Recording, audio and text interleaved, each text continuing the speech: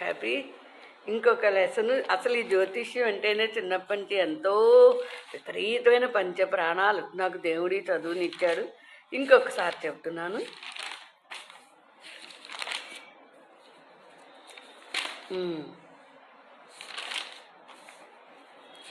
ఇప్పుడు చెప్పబోయే లెసను ఇంతవరకు అయ్యింది, ఇది కూడా అయ్యింది. నెక్స్ట్ ఓకే, ఎగ్జాల్టెడ్ ప్లానెట్స్ గురించి చెప్పాను ఇందాక.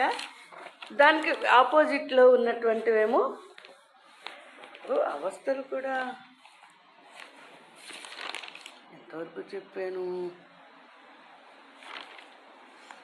ఇప్పుడు ఏ గ్రహాలు నీచపట్టాయి అని కనిపెట్టడం ఎలా టేబుల్ అంటే, మేషరాశి శనికి నీచపట్టడం, చంద్రుడికి వృశ్చిక రాశి, కుజుడికి కర్కాటక రాశి, కుజుడికి.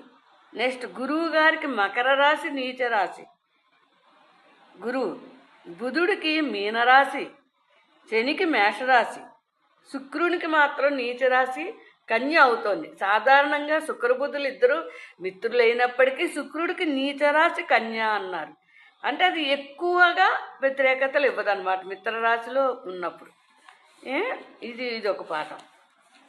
గ్రహం చాలా ఉన్నత స్థానంలో ఉంటే దీప్తావస్థ అంటారు.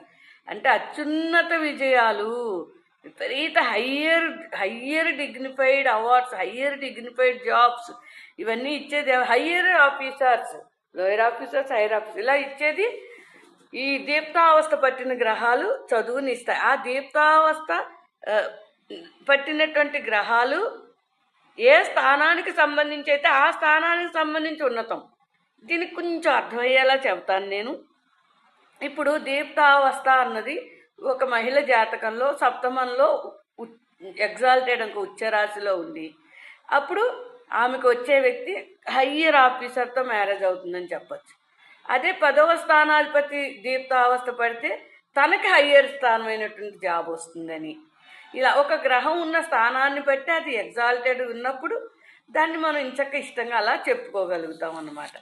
ఇది చాలా గొప్ప సబ్జెక్ట్. నెక్స్ట్ ఇంకేం చెప్పాలంటే, ఇక్కడ చూడు ఇంకొంచెం వివరంగా చెప్తాను. పాపగ్రహాలు కలిస్తే వికలావస్థ అన్నాను.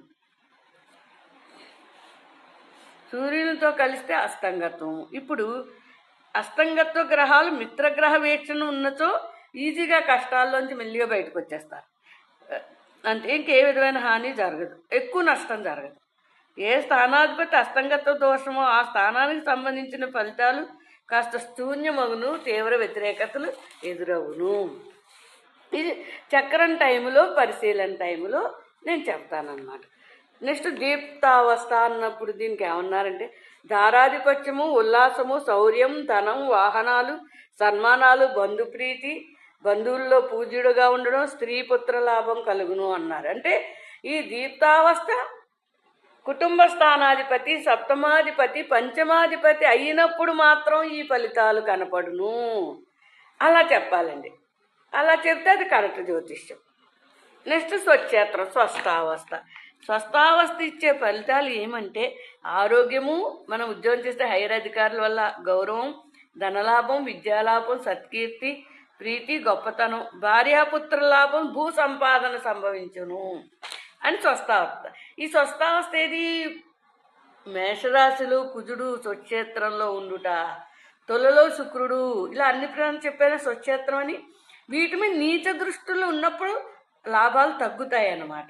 ఏ దృష్టి లేకుండా ఇండిపెండెంట్గా ఒంటరిగా ఉన్నప్పుడు ఆ గ్రహాలు అంతా 100% మంచిని చేయడంలో మనకి ఫలితాలు కనపడతాయి. అన్నిటిలోకి ఫలిత జ్యోతిష్యం చాలా గొప్పది. Prediction astrology. చక్రం ఇలా వేసి గ్రహాలు అందరూ వేస్తారు, దాన్ని కనిపెట్టి దాని ఫలితాలు చెప్పడాని మీద నాకు ఎక్కువ ఇంట్రెస్ట్ అన్నమాట. అందుకు నెక్స్ట్ ముదితావస్థ.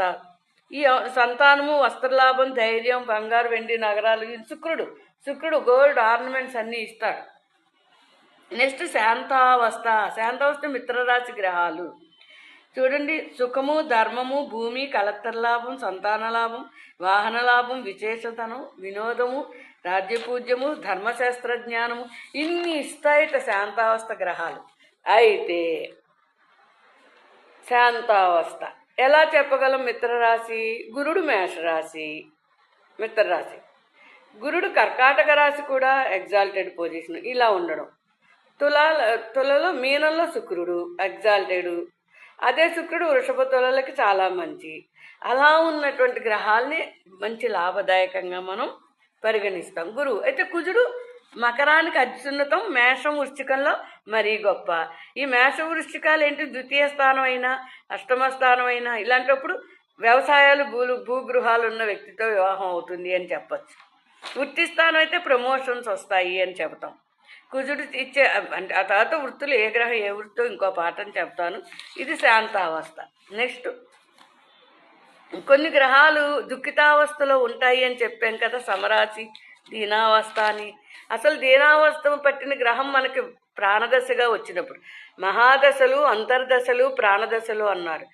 ఈవెంట్ని చేసేది ప్రాణదశలు ఎక్కువగా, ఎప్పుడో కానీ మధ్య దశను బట్టి జరగవు, మహాదశలను బట్టి. స్థానభ్రంశం, బంధు విరోధం, ఏ వృత్తి, దొంగతనాలు, సామాన్లు పోవడం, ఇలాంటివి, బంధుమిత్రులు విడిపోవుట, రోగాలు సంభవించుట, ఇవన్నీ దీనావస్థ. అలాగే దుఃఖిత అవస్థ, శత్రు రాశిలో ఉన్న గ్రహాలు అనేక రకాల దుఃఖాలు, విదేశీయానం ఇవ్వడం, అంటే బంధుజనులకు దూరం అయిపోవడం, చోర, అగ్ని, ప్రభువు వలన భయం, ఇలాంటివి ఉంటాయట. దుఃఖితావస్థ గ్రహం పడితే అంటే శత్రు రాశిలో ఉంటే. ఎందుకు దుఃఖితావస్థ ఎలా వస్తుంది?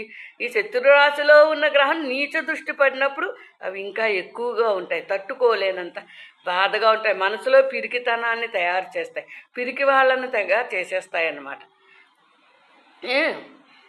ఈ విదేశాలకు ఎప్పుడు వెళ్తాం? ఈ యొక్క గ్రహాలతో పాటు రాహుకేతువుల కంజంక్షను, చంద్రుడు, శని, వీళ్ళు ప్రయాణానికి సంబంధించిన గ్రహాలుగా మనం చెప్పుకోవచ్చు. నెక్స్ట్ చూడండి, వికలావస్థ, అంగవైకల్యం, మనోబాధ, మిత్రమరణం, భార్యాపుత్రుల వల్ల విరోధాలు, దొంగల భయం, ఇవన్నీ వికలావస్థ పట్టిన గ్రహాల వల్ల జరిగేటటువంటి ఫలితాలుగా మనం చెప్పవచ్చు. పాఠమైన స్పీడ్ చెప్పట్లే, ఇవన్నీ చక్కగా విని నోట్ చేసుకునే వాళ్ళు కాగితం మీద నోట్ చేసుకోవచ్చు కూడా ఇవన్నీ. నెక్స్ట్ కళావస్థ చూడండి. కళావస్థ అంటే తండ్రి మరణం, కలహాలు, శత్రుభయం, ధనం, భూ నష్టం, స్వజనులచే నిందలు పడుట అని కళావస్థ వీళ్ళు చెప్పినప్పుడు, ఈ కళావస్థ పట్టినటువంటి గ్రహం పితృస్థానాధిపతితో కలయుట, పితృస్థానాన్ని చూచుట అనే వాటిని లింక్ పెట్టి ఈ ఫలితాలను చెప్పాలన్నమాట. మనకి అర్థమైందా? అందరికీ ఏం తండ్రి మరణిస్తాడని చెప్పకూడదు. జీరో బిందువుల్లో ఉన్నప్పుడు, గ్రహం నీచపట్టిన నీచ దృష్టిలో ఉన్నప్పుడు, ఆ పితృకారకుడైన గ్రహం నీచపడితే ఆ గ్రహం పిల్లల జాతకాల్లోకి వస్తే అప్పుడు తండ్రికి రాహు కంజంక్షన్ ఇలా కొన్నిటి వల్ల జరుగుతాయని చెప్పచ్చు. మరణం అనేది అసలు జ్యోతిష్యంలో చెప్పక్కర్లేదు, తెలుస్తుంది కానీ చెప్పాల్సిన అవసరం లేదు. కొంచెం జాగ్రత్తగా ఉండండి, ఆరోగ్యం ఆ ఫలానా టైం తర్వాత నుంచి మేము మీకు చెబుతాం, ఫలానా టైం వరకు జాగ్రత్తగా చూసుకోండి అంటారంతే. ఆ తర్వాత బాగుంటే మళ్ళీ వచ్చి పలకరిస్తారు. ఆ టైం వరకు జాగ్రత్త, ఫలానా టైము అని చెప్పాలన్నమాట. ఆరోగ్యం జాగ్రత్త, ప్రయాణాలు చేయొద్దు అలా చెప్పాలన్నమాట. ఓకే, నెక్స్ట్ ఇంకా చాలా అవస్థలు ఉన్నాయి, ఇవి రేపటికి చెప్తాను లెసన్గా. ఇవాళకి హ్యాపీ థ్యాంక్స్.